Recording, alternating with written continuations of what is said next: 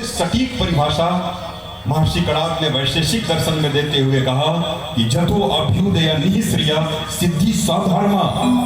धर्म जीवन जीने की पद्धति का नाम है। धर्म मृत्यु के बाद का विषय मात्र नहीं, धर्म सुबह से लेकर के शाम तक और जन्म से लेकर के मृत्यु तक का जो विषय होता है उसका नाम धर्म होता है।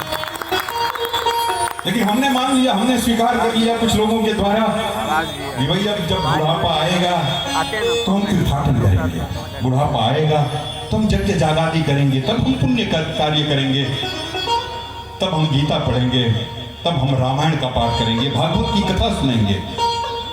मैं निवेदन करूं, बुढ़ापे में यदि आप धर्माचारी हो जाते हैं अच्छी बात है, लेकिन मेरा मानना है कि एक भ्रष्ट बूढ़ा देश के लिए जितना बड़ा खतरा नहीं हो सकता, उससे अधिक खतरा एक भ्रष्ट युवा होता है, क्योंकि उसके पास उसकी इंद्रियों में शक्ति होती है, उसका विल पावर स्ट्रांग होता है, उसकी सोच और उसके पास साधन पर्याप्त होते हैं।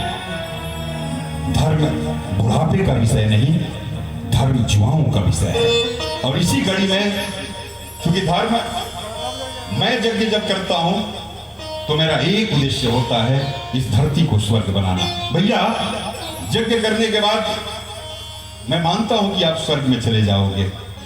इस धरती को अपराध, नशा आदि से युक्त करने वाले लोगों, यदि मरने के बाद पहले याद रखो, उसके बाद मरने के बाद स्वर्ग तुम्हें कदापि नहीं मिलेगा। मैंने माना कि भूल भी किया भूल चूक से, तो मैं दावे के साथ कहता हूं कि तुम्हारी उपस्थिति मात्र से वह स्वर्ग भी नरक में तब्दील हो जाएगा, दुनिया की कोई ताकत नहीं रोक पाएगी।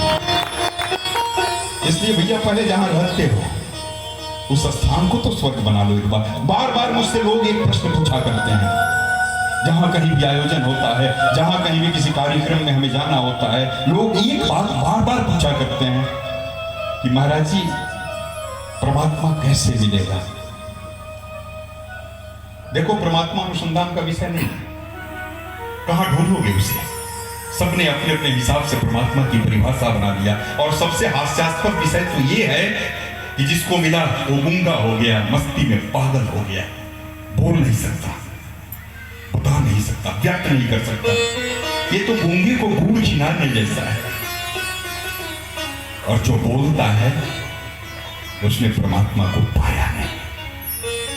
एक बड़ी दुर्घटना है यहां। मैंने मान लिया कि मैंने जिससे साक्षात्कार किया है, जिस मार्ग से चल करके, वह मेरी योग्यता थी। मैं यदि वह मार्ग बता भी दूं, यह कहा नहीं जा सकता कि आप उसी मार्ग से जाकर के परमात्मा को प्राप्त कर लोगे। तो मैं एक प्रश्न करता हूं उन लोगों से, एक बात बताओ, ठीक है मैंने माना कि मैं मार्ग बता दूं परमात्मा तक पहुंचने का, और परमात्मा तुम्हें मिल भी जाए, एक बात बताओ कि परमात्मा तुम्हें मिल जाए तो तुम्हारी क्या तैयारी है उसे अपने पास बिठाने की, उसे पाने की, उसे रखने की। तो लोगों का एक शास्त्रीय ही सही लेकिन एक सोचा समझा उत्तर है कि हृदय में रखूंगा। बात भी सत्य है, हृदय तिष्ठति जनार्दन, परमात्मा हृदय में रहता है। ध्यान रखना, त्यक्तिष्ठन्तसांगुलम, ये अखंड कोटि प्रमाण जिसके अंगुष्ठ मात्र में समाहित है, वैसे परमात्मा को रखना है। लोग कहते हैं महाराज जी हृदय में रखूंगा, क्योंकि हृदय भी अपरिमित है, असीमित है, रख भी सकते हो, मैंने माना, लेकिन एक बार जरा अपने हृदय के परिमाप को देख। वही हृदय ना जिसमें तुम्हारा 7 फीट का अपना सगा भाई नहीं घुस पाता, जिसमें 3.5 हाथ का तुम्हारा अपना सगा पड़ोसी नहीं घुस पाता, और तुम उसमें उस विराट स्वरूप परमात्मा को रखने की बात करते हो। मैं निवेदन करता हूं, है मेरे लोगों, परमात्मा का अनुसंधान मत करो, भटक जाओगे, कहां ढूंढोगे। अपने हृदय को इतना विशाल बना लो, अपने हृदय को इतना अपरिमित असीमित बना लो कि परमात्मा तुम्हें ढूंढते ढूंढते तुम्हारे दरवाजे पर आवे और कहे क्या भगवान दरवाजा खोल, मैं भगवान तुम्हारे दरवाजे पर।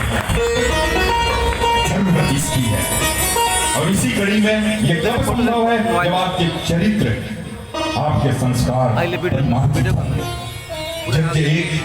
यज्ञ के लाखों लाभ होंगे हैं, लेकिन प्रथम और सबसे उपयोगी लाभ, व्यवहारिक लाभ है। ये देखो, यज्ञ जो हमारे कुसंस्कारों को उस हवन कुंड में जला करके राख कर दे और वहां से एक दवत्व की ओर, सज्जनता की ओर आपका उत्थान प्रारंभ हो, ये यज्ञ का बेसिक लाभ है। इतना बड़ा यज्ञ किए हो आप, हजारों लोग उस समय भी थे, कल से कथा प्रारंभ होगी उसमें भी होंगे। 11 दिनों का यज्ञ है, करोड़ों रुपया आपने लगाया है। एक बात बताओ, यदि 11 दिनों में कोई इस गांव का छपुआ, फुलवरिया, सुगांव, सुगौली, इस क्षेत्र का, इस कथा परिसर से कोई रत्नाकर यदि वाल्मीकि नहीं बन जाता है, किसी का हृदय परिवर्तित होकर के कोई बुद्ध नहीं बन जाता है, कोई राम अवतरित नहीं हो जाता है, किसी कृष्ण का जन्म नहीं हो जाता है, तो याद रखना तुम्हारी कथा व्यथा बन जाएगी। फिर यज्ञ का जो लाभ प्राप्त होना चाहिए उसका कोई मूल्य नहीं रह जाएगा। तुम्हारे हृदय की पृष्ठभूमि को उर्वरा करने के लिए इस विशेष सत्र का जो आयोजन हुआ है, इसके मुख्य अतिथि और मुख्य वक्ता आप श्री गुप्तेश्वर पांड्य जी। जब मैं कभी आपको सुनता हूं तो आप लगते हैं कि उच्च कोटि के चिंतक हैं। जब मैं कभी आपके वक्तव्य को सुनता हूं तो मुझे लगता है या भारत के 10 जो वक्ता हैं, आप उन 10 वक्ताओं में से एक हैं। आपकी भाषा शैली, क्लिष्ट शब्दों को सभा के अनुरूप बना लेना, उसके अनुरूप ढाल देना। जब आप आध्यात्म पर बोलते हैं तो लगता है एक श्रेष्ठ साधक है, और लगता ही नहीं, आप श्रेष्ठ साधक भी हैं। आपके सिद्धांतों को जब हम देखते हैं तो लगता है कि स्वस्थ समाज की स्थापना के लिए, सांप्रदायिक सौहार्द के लिए भारत में शायद ही आपसे श्रेष्ठ कोई वक्ता और एक संयोजन करता हो। आप बिहार के पुलिस महानिदेशक हैं, आप उपस्थित हैं। आप वर्षों से, मैं निवेदन कर दूं, नशा के लिए, नशा मुक्त बिहार के लिए मैं धन्यवाद दूंगा संपूर्ण पूर्वी चंपारण की ओर से माननीय मुख्यमंत्री बिहार सरकार को। आपने जो ऐतिहासिक और साहसिक निर्णय लिया उसके लिए आप बधाई के पात्र हैं। हम आपके यश और मंगल की कामना करते हैं। बिहार सरकार के इस श्रेष्ठ कार्यक्रम को, जिसमें सबकी सहभागिता आवश्यक है, उसको जन आंदोलन बनाने का किसी ने काम किया तो आप बिहार के डीजीपी श्री गुप्तेश्वर पांड्य जी हैं। आज मैं निवेदन करूंगा, यज्ञ का जो श्रेष्ठ लाभ है, जिसके लिए आप अभी हमने निवेदन किया आपसे कि धरती को स्वर्ग बनाने का यत्न करना, उसकी पहली शर्त है नशा मुक्त बिहार, पहला शर्त है अपराध मुक्त बिहार।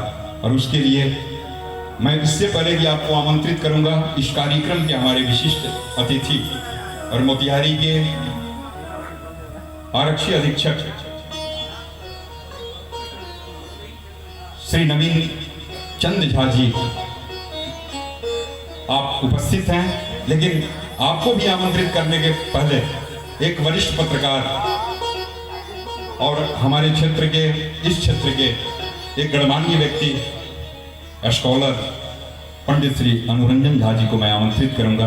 आप स्वागत के संग संग एक दिशा देंगे मंच को, हमें पूरा विश्वास है। आप श्री अभिषेक चंद्रा जी आए हैं, मैं निवेदन करूंगा आपसे, आप मंचासीन हो। स्वागत करती है यज्ञ समिति, आपका आयोजक मंडल आपका स्वागत करता है।